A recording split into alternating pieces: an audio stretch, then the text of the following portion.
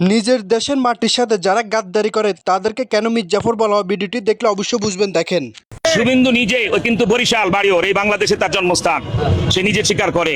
এবং বাংলাদেশের বিরুদ্ধে যে কর্মকাণ্ড শুরু করে, একমাত্র যারা জন্মগতভাবে বাস্টার্ড হয়, হারামজাদা হয়, তারাই যেই মাটিতে জন্মে সেই মাটির বিরুদ্ধে ষড়যন্ত্র করতে পারে।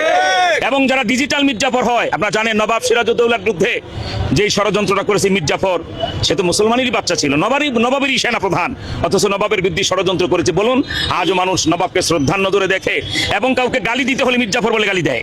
এই শুভেন্দু বাংলাদেশে চিরি গালি হয়ে যাবে। এবং এই শুভেন্দুকে ইনশাআল্লাহ আমরা ভারতকে বলবো, যদি বাংলাদেশি নামে মানুষকে পুশিন করতে চান, শুভেন্দুকে পুশিন করুন, তারপর তাকে শাস্তির আওতায় আমরা আনি। ইনশাআল্লাহ কোনোদিন শেখ হাসিনা বাংলাদেশে আশাও হবে না, ক্ষমতাও চোখে দেখবে না, আর শুভেন্দুর মনের আশা পুরাও হবে না কোনোদিন।